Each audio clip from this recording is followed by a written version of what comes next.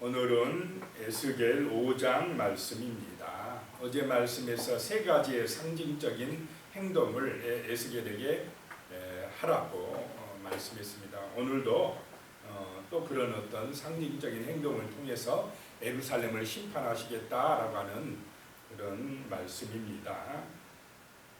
1절에 보면요, 너 인자야, 너는 날카로운 칼을 가져다가 삭도로 삼아서 내 머리털과 수염을 깎아서 저울로 달아 나누어 두라 라고 말씀합니다.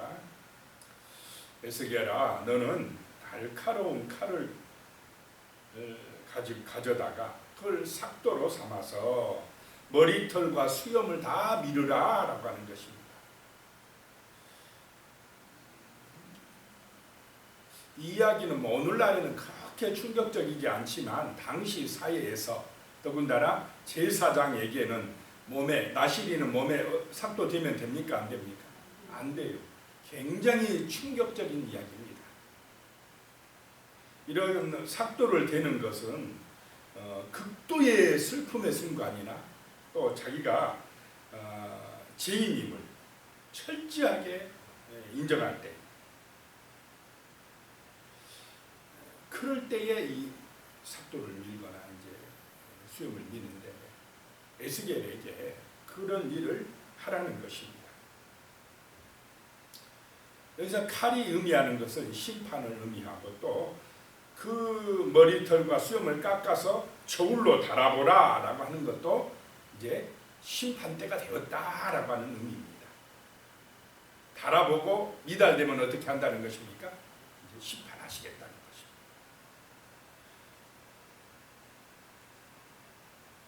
것입니다. 2절에요. 그 성읍을 에워싸는 날이 차거든 너는 터럭 3분의 1은 성읍 안에서 불사르고 3분의 1은 성읍 사방에서 칼로 치고 또 3분의 1은 바람에 흩으라 내가 그 뒤를 따라 칼을 때리라 라고 말씀하고 있습니다. 예루살렘에 대한 심판을 예고하고 있는 것입니다. 이 삭도로 민 머리털 또 수염을 가지고 3분의 1은 그 성읍 안에서 불사르게 하고 불사르고 3분의 1은 사방에 막 칼로 치고 또 3분의 1은 바람에 흩어버리리라 라고 하는 것입니다. 예루살렘을 그렇게 심판하시겠다라고 하는 것입니다. 그리고는 3절에 너는 그 터럭 중에서 조금을 내 옷자락에 싸고 그랬습니다. 조금만 남겨두라 라고 하는 것입니다. 이게 남은 자들입니다. 하나님의 언약을 붙드는 자들입니다. 그 예루살렘의 많은 사람들을 그냥 다 징계하지만은 조금 남은 자, 조금 남겨둔다는 것입니다. 그 조금을 옷자락에 싸가지고 4절에 또 그 가운데에서 얼마를 불에 던져 사르라. 그 속에서 불이 이스라엘 온 족속에게로 나오리라. 그 조금 남은 것이 또 불에 던지라는 거예요. 그 조금 남은 자들이 또 고통을 당하고 어려움을 당한다라고 하는 것입니다. 그런데 그 조금 남은 자, 불에 던져진 자들 속에서 불이 나온다는 것입니다. 이 불이 바로 이제 성령의 불입니다. 은혜의 불길이 솟아난다라고 하는 것입니다. 그래서 이스라엘 온 족속에게 나오리라라고 하는 것입니다. 하나님은 그 언약을 붙드는 사람, 성령의 은혜의 불을 받은 사람, 그 소수의 사람들을 통하여서 다시 이스라엘을 회복하는 은혜를 주시는 줄로 믿으시기 바랍니다. 이 땅에 하나님의 나라가 이루어지게 하는 귀한 역사를 일으킨다라고 하는 것입니다. 말씀을 붙드는 사람들, 말씀에 순종하는 사람들, 그 남은 자들을 통해서 하나님은 일하신다라고 하는 것입니다. 그런 남은 자가 되시기를 예수님의 이름으로 축복합니다. 5절에요. 주 여호와께서 이와 같이 이르시되 이것이 곧 예루살렘이라. 내가 그를 이방인 가운데에 두어 나라들이 둘러있게 하였거늘. 그랬습니다. 하나님은 예루살렘을 선택했습니다. 그 이스라엘 나라를 선택했습니다. 그래서 하나님의 딸로 삼고 자녀로 삼고 하나님의 백성이 되게 하고 하나님의 말씀, 언약을 주셨습니다. 율법을 주셨습니다. 그래서 이 이스라엘 민족을 통하여서 그들을 제사장 나라로 삼고 그들을 통하여서 이방 나라들에게 이 하나님의 말씀을 전하게 하셨습니다. 거룩한 백성이 되게 하셨습니다. 그래서 그 말씀에 순종하면 예루살렘은 축복의 땅이 되는 것입니다. 하나님은 이 이스라엘 민족을 축복의 모델로 사용하길 원하셨습니다. 그래서 이방인 가운데에 이 유다 나라 예루살렘을 두었다라고 하는 것입니다. 봐라, 저 이스라엘처럼 살면 너희가 이 땅에서 복을 받고 또 하늘에서 영원한 영광의 축복을 얻으리라 라고 하는 그런 모델이 되라고 이스라엘을 불러주셨다라고 하는 것입니다. 자, 그런데 예루살렘이 그런 모델이 잘 됐습니까? 안 됐다라고 하는 것입니다. 불순종했다라고 하는 것입니다. 6절에 보니까요, 그가 예루살렘이 내 규례를 거슬러서 이방인보다 악을 더 행하며 내 율례도 그리함이 그를 둘러 있는 나라들보다 더하니 이는 그들의 내 규례를 버리고 내 율례를 행하지 아니하였음이니라. 자, 이 예루살렘이 유대 민족이 하나님 아버지 앞에서 축복의 모델이 된 게 아니라 그 언약을 버리고 하나님의 말씀을 거슬러서 이방인보다 악을 뭐 한다고요? 더하여. 세상 사람보다 악을 더하여. 이러니 축복의 모델이 됩니까? 못 됩니까? 못 되더라. 정말로 믿음의 모델이 되어서 하나님을 잘 예배하고 섬기는 그런 하나님의 참된 자녀들이 되어서 세상 나라들을 하나님께로 인도하는 거룩한 백성 되기를 바랐더니 오히려 세상보다 어떠다 이 말입니까? 더 악해졌다. 이스라엘이 더 악해졌다라고 하는 것입니다.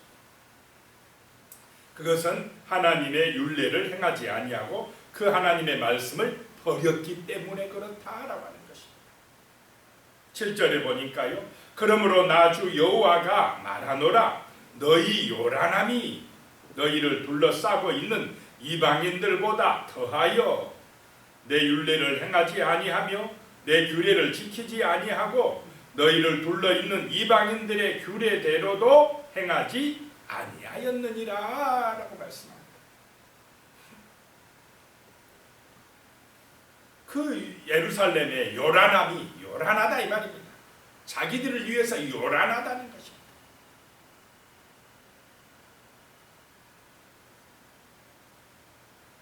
그 주변의 이방인들보다 세상 사람들보다 더해가지고 하나님이 주신 율례도 율법도 행하지 아니하고 그 주변에 있는 이방인들의 규례대로도록. 이방인의 규례는 도덕법입니다. 양심의 법입니다. 그 이방인의 도덕법, 양심의 법도 행하지 아니하였다. 이 이방인보다 더 못했다라고 하는 것입니다.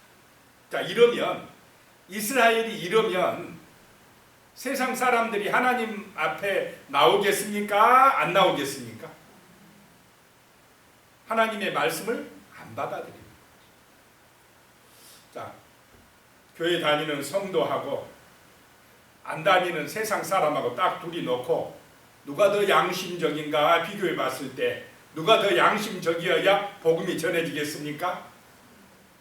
교회 다니는 사람이 좀 더 진실하고 그래도 살아가는 모습이 좀 더 그래도 낫다. 이래야 복음이 전해지는데 교인이나 세상 사람이나 비교해 보니까 어떨 때는 교인이 더 나쁘다 이래버리면 더 요거도 먹어버리면 하나님의 나라가 이 땅에 이루어지겠습니까? 안 이루어지겠습니까? 안 이루어져. 교인도 탐욕에 빠지고 세상 쾌락에 빠지고 자기중심, 우상숭배, 이기적인 욕망, 이기적인 삶에 빠져있고 세상 사람도 그러면은 이게 거룩함이 없다 이 말입니다. 하나님의 백성들이. 지금 유대나라 예루살렘이 그랬다라고 하는 거예요. 오히려 세상 사람보다 더 욕심이 많았다는 것입니다. 우상숭배를 더 많이 했다는 것입니다. 그러니까 하나님이 진노하시는 것입니다. 사명을 잃어버렸어요. 욕심에, 자기 욕심에 빠져버린 것입니다. 근데 이런 지금 멸망당하기 직전의 예루살렘의 모습이 자칫하면 오늘 우리 시대의 모습과 비슷하다 이 말입니다. 사람들이 전부 다 자기 소견에 옳은 대로 살아갑니다. 내 이익이 있으면 그게 좋은 거고 나한테 잘하면 좋은 거고. 이런 시대를 포스트 모던 시대라고 합니다. 지금 자기 소견에 옳은 대로 어떤 일정한 기준이 없습니다. 하나님의 말씀도 기준이 되는 걸 싫어하고 하나님의 권세 그것도 필요 없다. 다 내 마음대로 내가 좋으면 좋은 거야. 각자 사람이 이렇게 살아가길 원한다라고 하는 것입니다.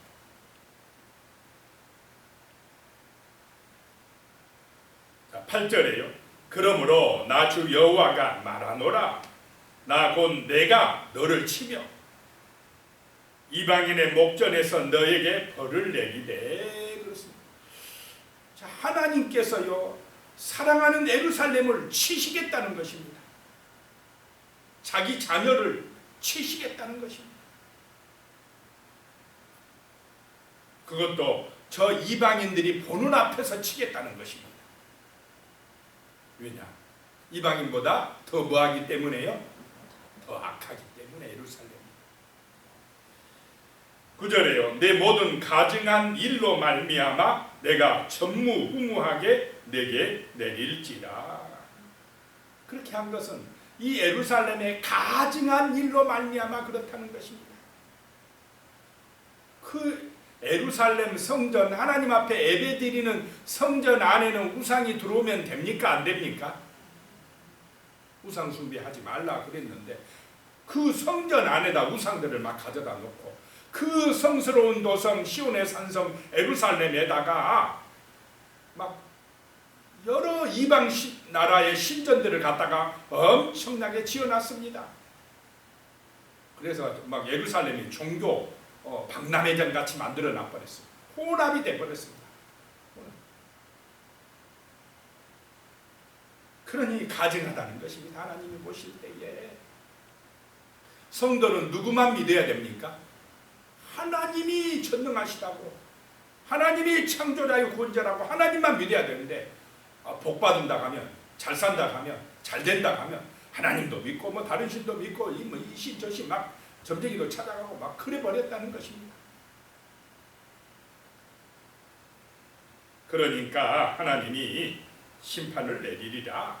너희가 축복의 모델이었지만 이제는 심판의 모델이 된다라고 하는 말씀입니다.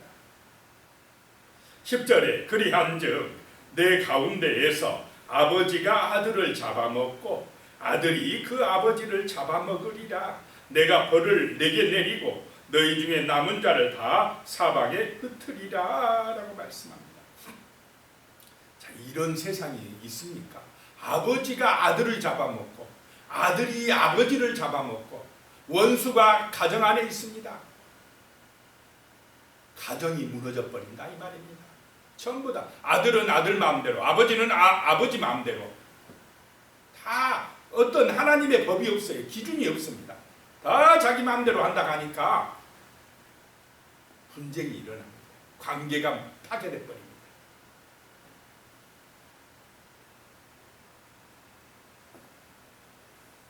이런 결과가 바로 하나님의 언약을 파기했기 때문에, 하나님을 잊어버렸기 때문에, 사람들이 다 지가 하나님 되겠다고 난리치기 때문에 나오는 현상들이다라고 하는 것입니다. 자, 11절에 그러므로 나 주 여호와가 말하노라. 내가 나의 삶을 두고 맹세하노니 내가 모든 미운 물건과 모든 가증한 일로 내 성소를 더럽혔은즉 나도 너를 아끼지 아니하며 긍휼을 베풀지 아니하고 미약하게 하리니 그랬습니다. 그 거룩한 하나님의 성전 안에 온갖 우상들을 가져다 놓고 온갖 가증한 일을 거기서 저지르고, 그러니 하나님께서 이제 징계하시겠다는 거예요. 아끼지 아니하고 긍휼을 베풀지 아니하고 너희를 완전히 나약하게 미약하게 만들어 버리리라 라고 하는 것입니다. 자, 이런 말씀을 들으면 즉시 회개하고 돌아와야 됩니까? 안 돌아와야 됩니까? 돌아와야 되는데 교만에 빠지면요, 철저한 자기 중심에 빠지면 안 들립니다. 못 돌아와요. 그래서 12절에 너희 가운데에서 3분의 1은 전염병으로 죽으며 기근으로 멸망할 것이요 3분의 1은 너희 사방에서 칼에 엎드려지게 할 것이며 3분의 1은 내가 사방에 흩어버리고 또 그 뒤를 따라가며 칼을 빼리라 라고 말씀합니다. 자, 예루살렘에 재앙이 임하는데 3분의 1은 어떻게 죽는다 이 말입니까? 전염병과 기근으로. 전염병, 오늘날로 말하면 무슨 병입니까? 지금 코로나 보내야겠다. 전염병. 이 당시도 여러 전염병 보내고 그 다음에 기근, 양식이 끊어지게 만들어버리리라. 굶주리게 하리라. 여러 가지 자연 재앙이 임해버리면 어떻게 됩니까? 당장의 식량이 문제가 됩니다.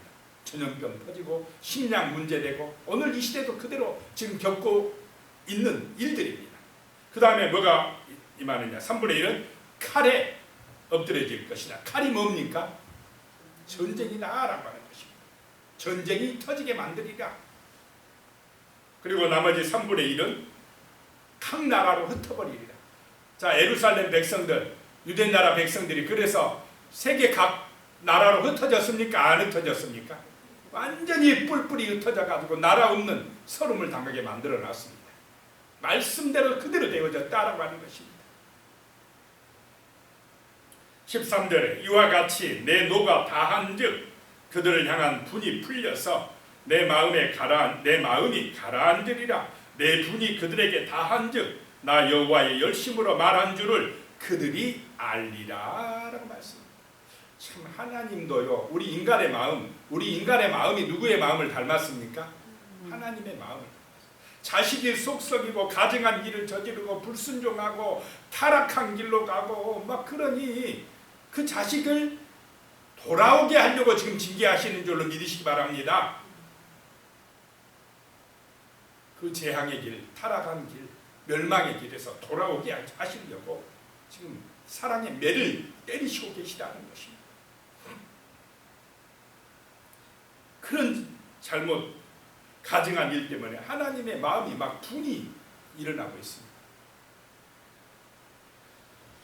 14절에요. 내가 이르되 또 너를 황무하게 하고 너를 둘러싸고 있는 이방인들 중에서 모든 지나가는 자의 목전에 모욕거리가 되게 하리니 세상 사람들한테 손가락질 당하게 만들고 모욕당하게 하리니 라고 하는 것입니다. 15절에 내 노와 분과 중한 책망으로 내게 벌을 내린즉 너를 둘러싸고 있는 이방인들에게 내가 수치와 조롱거리가 되고 두려움과 경고가 되리라. 나 여호와의 말이니라 라고 말씀합니다. 아이고, 하나님 믿는다 하더니 복받는다 하더니 저렇게 망해갔느냐라고 세상 사람들 앞에서 수치가 되고 조롱거리가 되게 만들어버리리라 라고 하는 말씀입니다. 16절에 내가 멸망하게 하는 기근의 독한 화살을 너희에게 보내되 기근을 더하여 너희가 의리하는 양식을 끊을 것이라 라고 말씀합니다. 누가 그렇게 만든다는 것입니까? 하나님께서. 그들이 의리하는 양식을. 자, 지금 유대 나라가 전적으로 의지해야 될 분은 하나님이십니까? 그들이 가진 양식 소유해야 됩니까? 뭘 의지해야 됩니까? 우리가 성도는 하나님을 의지하시기 바랍니다. 하나님이 기업되시기 바랍니다. 그런데 물질을 더 의지했다라고 하는 것입니다. 그래서 하나님이 그 물질, 그 양식을 뭐하리라요? 끊어버리리라라고 하는 것입니다. 자, 성도는 세상 사람하고 구별되어야 할 줄로 믿습니다. 철저하게 말씀을 의지해야 됩니다. 세상 따라가면 망합니다. 근데 오늘 이 시대의 문제는 성도들이요, 세상을 따라가려고 해요. 말씀을 의지해야 되는데 세상 사람들처럼 되려고 합니다. 그게 세속합니다. 교회 안에 가증한 것들이 들어오는 것입니다. 17절에 내가 기근과 사나운 짐승을 너희에게 보내 외롭게 하고 너희 가운데에 전염병과 살육이 일어나게 하고 또 칼이 너희에게 임하게 하리라. 나 여호와의 말이니라. 예루살렘이 이렇게 망해가는 이유가 바로 그들이 하나님을 버리고 세상 따라갔기 때문에, 우상 숭배했기 때문에 그렇게 되었다라고 하는 것입니다. 자, 오늘 이 말씀은 오늘 우리 시대에게, 우리 성도들에게 주는 교훈의 말씀인 줄로 믿습니다. 세상 따라가면 안 된다. 철저하게 우리는 하나님이 나의 기업이라고, 하나님의 말씀에 순종하는 그런 믿음의 삶을 살아내는 것이 우리가 제사장 나라가 되고 거룩한 백성이 되는 길인 줄로 믿습니다. 구별돼야 됩니다.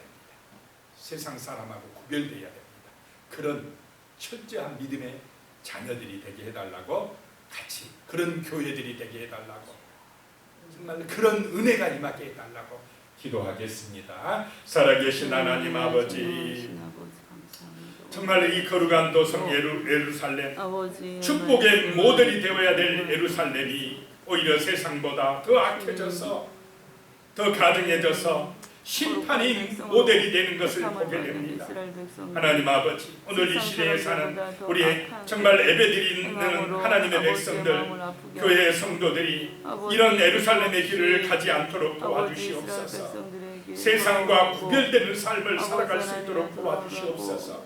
세상을 따라가고 세속화되어지고 자기중심이고 탐욕에 빠지고 정말로 자기 영광만을 추구하는, 자기가 정말 하나님의 자리에 올라서려고 하는 그런 세상의 풍습, 아버지의 포스트 모더니즘 시대에 그런 세상의 풍습을 따라 살아가지 말게 하여 주시고, 힘들어도 어려워도 철저하게 하나님의 말씀을 묵상하고 여호와의 말씀에 순종하는 그런 거룩한 삶을 살아낼 수 있도록 도와주시옵소서. 자기 중심이고 자기 영광이 아니라 주 예수 중심이고 주 예수의 영광을 위하여 살아가는 성령 충만한 믿음의 사람들이 되게 하시고, 성령 충만한 믿음의 교회들이 될 수 있도록 하나님 아버지 도와주시옵소서.